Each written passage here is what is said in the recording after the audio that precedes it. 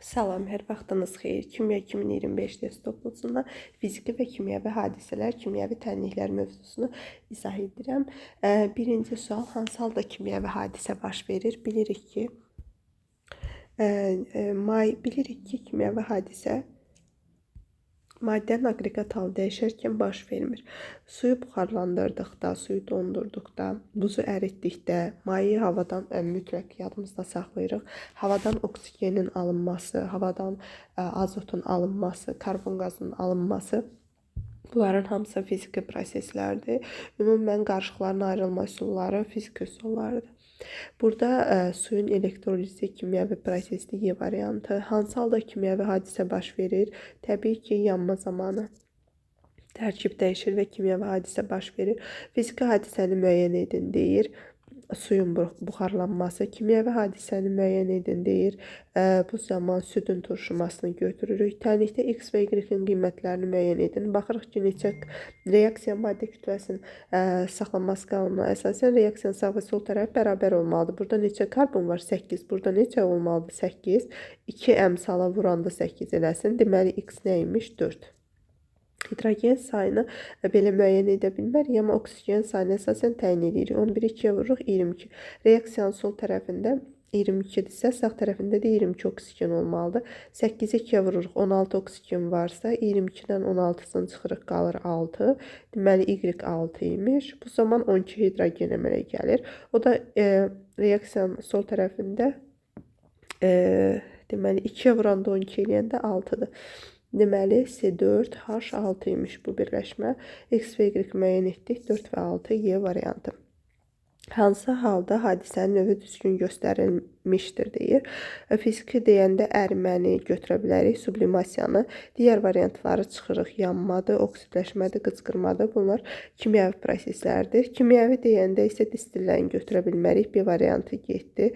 Hidroliz kimyəvi prosesdir, amma sublimasiya kimyəvi deyil.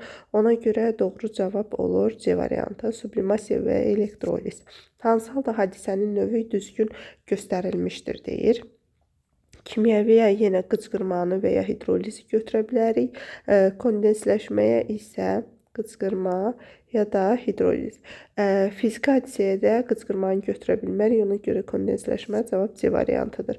Dördüncü oxla göstərilmiş hadisənin adı mayədən bərkəyə keçiriksə, bu zaman donma baş verir. Daha sonra hansı ox sxemdə əriməni göstərir? Təbii ki, bərkdən mayəyə keçmə əriməni göstərir. 1. Kimyəvi hadisəni müəyyən edin deyir. Benzinin yanması kimyəvi hadisədir. Sublimasiya zamanı maddənin aqreqat halı dəyişir. Bərkdən birbaşa qaz halına keçir. Ona görə cavab 1, yalnız 1-dir. Y variantı. Qazdan mayəyə keçmək kondensləşmədir. Mayədən qaza keçmə buxarlanmadır. 12-ci sual. Su buz çevrilməsində hansı proses baş verir? Sudan buza çevrilirsə, burada deməli biz istisna hal bilirdik ki, sudaydı. Suda bərk mayenin sıxlığı Romayi böyüdür. Ro bərkdən, o da böyüdür. Ro qazdan sıxlıq üçün qeyd edirik. Sudan buza çevriləndə sıxlıq azalır. Ona görə də su donarkən buz suyun üzərində qalır. Sıxlığı az olan üstdə qalır. Sıxlıq azalır. Həcm dəyişir deyir. Sıxlıq artır, yanlışdır. Tərkib dəyişir, yanlışdır. Aqreqat hal dəyişəndə tərkib dəyişmir. Amma həcm dəyişir, bəli. Sıxlıq azaldığına görə həcm artır. Bu halına gələndə xaladinliyə istənilən soyuducuda, istənilən bir qabda suyu qoyaq. Bu halına çevriləndə daha çox yer tutur. Həcm ona görə artır. Yəni dəyişiri götürə bilərik. 2, 4 cavab Y variantıdır. Su buz çevrilməsində hansı proses baş vermir? Tərkib dəyişmir.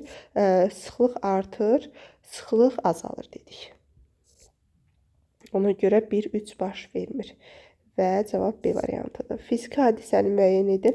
Ərimə varsa bu fiziki hadisədir. Fenol əridir və ya başqa bir şey. Şüşə əridir. Əsas məsələ ərimədirsə fiziki prosesdir. Nişastadan qlikozanın alınması kimyəvi prosesdir. Laboratoriyada baş verir. Amma kartofdan nişastanın alınması isə fiziki prosesdir. Biz adicə evdə kartof soyub suya qoysaq görürük ki, su nisbətən bulanıqlaşır. Orada nişastanın ayrılması prosesi gedir. 1-3. Cavab C variantı uyğundur. 15-ci sual fiziki hadisəni müəyyən edin deyir. Şəkərin doymuş məhlulun kristallaşıb ayrılması. Kristallaşdırma varsa fizikini götürürük. Glikozdan spirtin qızıqırması kimya prosesidir. Neftdən mazotun alınması deməli 3-cüdə neftdən mazotun alınmasıdır. Bu 11-ci sinifdə keçilir. Neftdən mazotun alınması bir ilkin emalı var, bir də təkrar emalı olunur neft 2 mərhələdə. Birinci emal prosesində distillədir. Neftin fraksial distilləsi deyilir. Ona görə distillədə fizik üsul olduğuna görə bunu götürürük. Cavab oldu 1-3. O da oldu D variantı. Havadan oksigen alınması dediği fiziki prosesdə, oksigenden suyun alınması kimyəvi prosesdə, suyun su buxarına çevrilməsi aqreqat halının dəyişməsidir. Bu da fiziki prosesdir. Bizdən deyir ki, hansı mərtəbə fiziki hadisə baş verir? 1-lə 3-də fiziki hadisə baş verir. C variantı. Havadan oksigen alınması yenə fiziki prosesdir, amma soruşur kimyəvi hadisə nə zaman baş verir? Yalnız 2-də. Sonra hansı reaksiya sxemində bərk kütlənin zamandan asılılıq qrafiki dəyişilməsi verilmişdir? Baxırıq ki, bərk kütlənin miqdarı nə edibdir? Artıbdır. Əgər yekunda qaz alsaydı, bərk kütlənin miqdarı azalardı. Bunu götürmürük. Yekunda maye alıbsa, yenə artmazdı. Onu çıxardırıq. Sonda təmiz qaz alıbsa, ox tamamilə oxa dəyməli idi qrafikdə. Çıxırıq. Yekunda yenə qaz alıbsa çıxırıq. Çünki qaz olsa bərk maddə necə arta bilər ki? Və Y variantı uyğun gəlir. Bərklə qaz imiş. Yekunda hamısı bərkə çevrilibsə, təbii ki, kütlə artır. Ona görə Y variantı. 19-cu sualda görürük ki, kütlə azalıb, amma tamamilə ədəd oxuna dəyməyibdir. Deməli, burada nə olubdur? Bərk maddə imiş başlanğıcda. Yanında qaz yox imiş. Reaksiya getdikdən sonra bərk maddənin bir qismi qaza çevrilib, uçub gedib görək kütlə nisbətən azalıb. Ona görə buna da C variantını götürürük.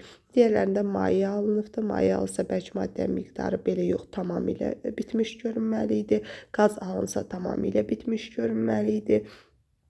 Bərk maye olsaydı, bərkə çevirsəydi kütlə artmalı idi. Çünki mayeni də artıq bərkə çevirmişik. Amma qaz halında olanda kütlə azalır. Çünki bir qismi uçub gedir. 20-ci sual. Laboratoriyada X, Y və Z maddələrin analizi aşağıdakı nəticələrlə hasil olunur. X-in tərkibində nə var? Azot, oksigen, CO2. Bu elə bil hava kimi düşünə bilərik. Y-in tərkibində kakao yağı və karbohidrat. Z maddəsində O2 molekullarından ibarətdir.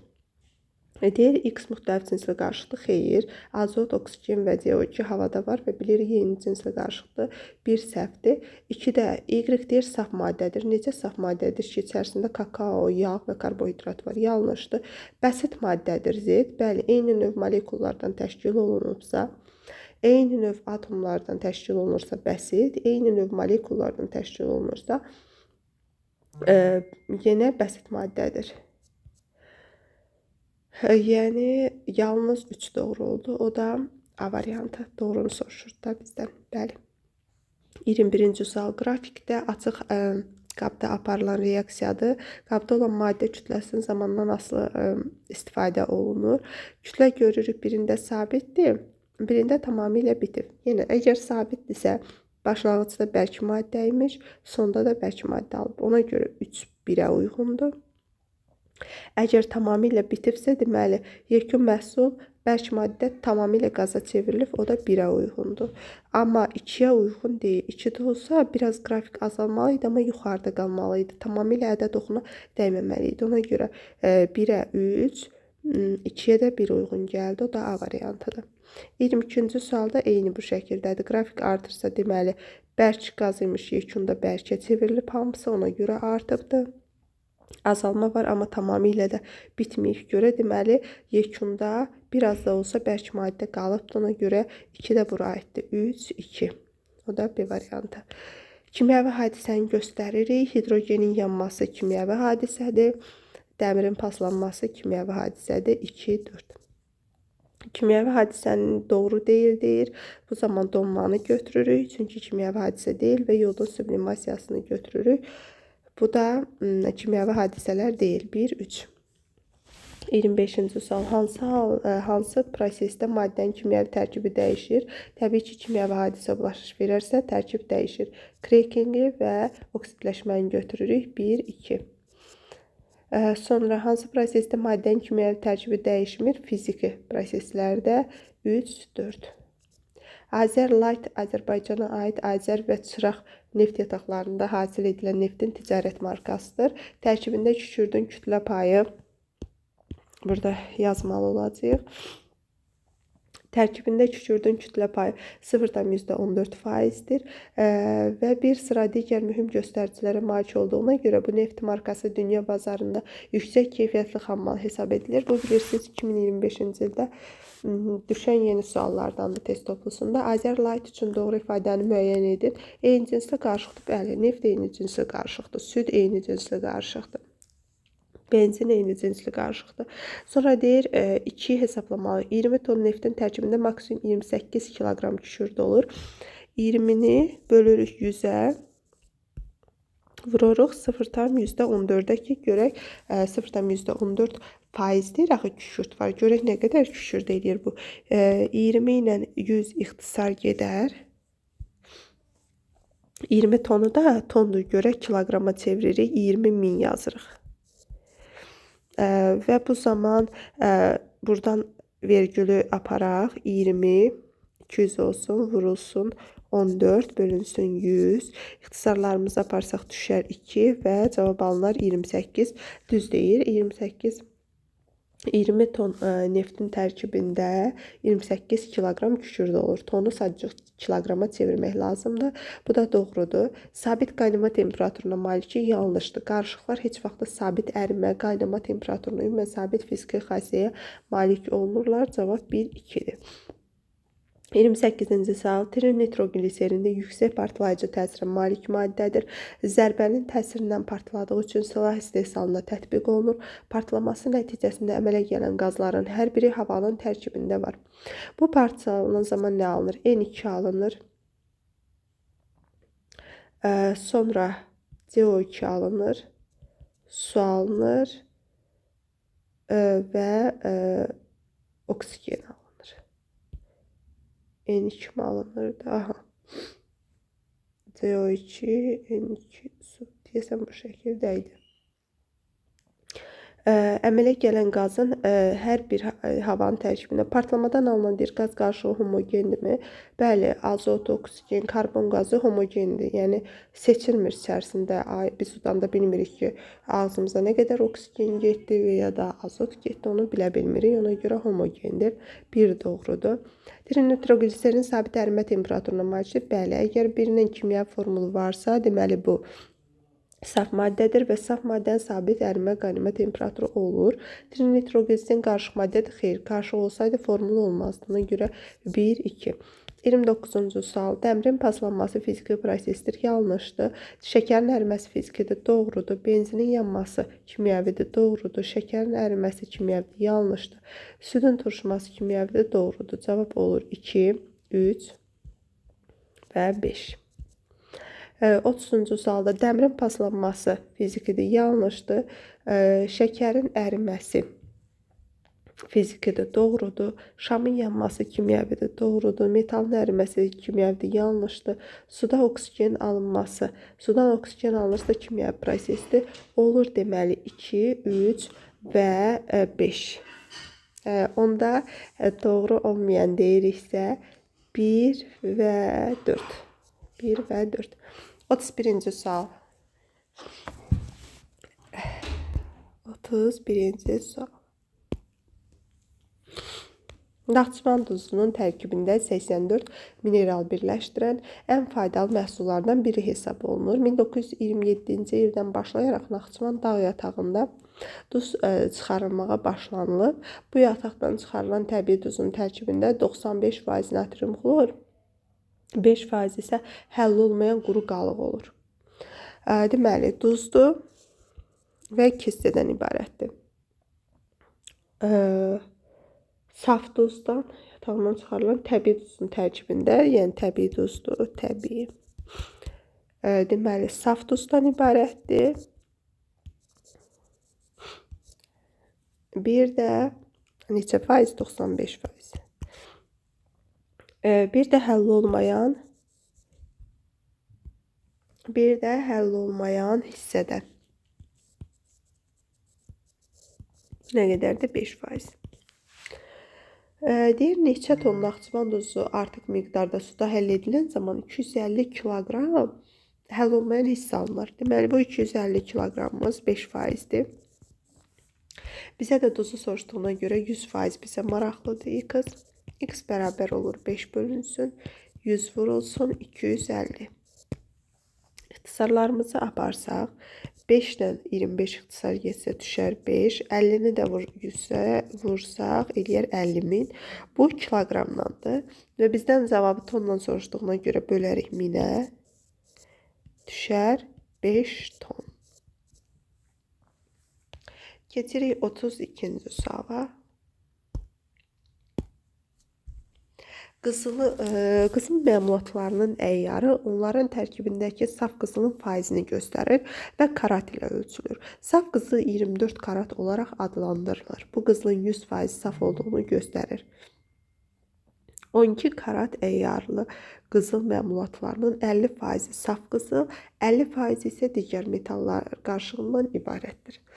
Biz sonra deyir ki, 18 karat əyyarlı 20 qram qızıl zinnet əşyasının tərkibində neçə qram saf qızıl olar? Deməli, birinci tapaq görək bu 18 24-ün neçə faizidir? 24 olsa 100% olardı. 18 amma qızıldırsa görək neçə faiz imiş bu? 18-dən 24-ə 6 ixtisar geçsək 4, 3, 100-ü 4-ə bölsək 25, deməli 75% qızıl olur. Əgər biz 18 karatlıq, yəni 18 karat 725 əyyarlı qızıllardan gedir. Deməli 75% bunun qızıldır. Və 20 qram qızılımız var. 20 qramımız neçə faizdir? 100%. Amma bizə bunun 75% qızıldır. X-i tapırıq. 100, 75 vurulsun 20 ixtisar gedir 5. X bərabər olur 15. 15 qram saf qızıl var. 5 qram da əlavə metallar. Cavab 15'dir.